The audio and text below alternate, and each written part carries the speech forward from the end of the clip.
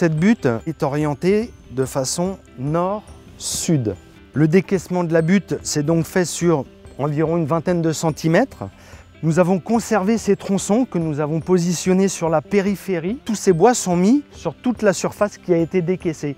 Une fois ce bois positionné au sol, donc sur la partie décaissée, il va falloir combler un peu tous ces interstices. Et là, il va falloir aller chercher des éléments comme le BRF par exemple, des matériaux ligneux, des morceaux de bois fragmentés ou des feuilles, si on peut trouver des feuilles. Et on va essayer de combler tous ces interstices. On est parti sur une masse carbonée donc de bois. Donc on va refaire après une couche dite azotée avec éventuellement des tontes, des fans de légumes qui vont apporter également de l'humidité et de l'azote.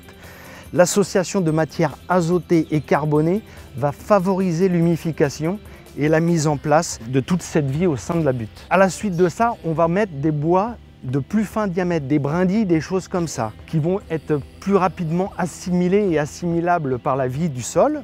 Toutes ces parties décaissées, sur lequel il y aura du gazon et évidemment de la terre, on va les remettre à l'envers. C'est-à-dire que la partie engazonnée, qui en théorie est en surface, elle va se trouver là à l'envers, en contact du bois et des feuilles qu'on aura mis en surface. Quelque chose évidemment d'essentiel, c'est de pailler en surface pour favoriser le taux d'humidité qu'il y a dans le sol, éviter les évaporations, éviter le fait que ça se tasse et tous ces phénomènes. On a une terre qui est quand même relativement souple, une matière qui est quand même très bien oxygénée.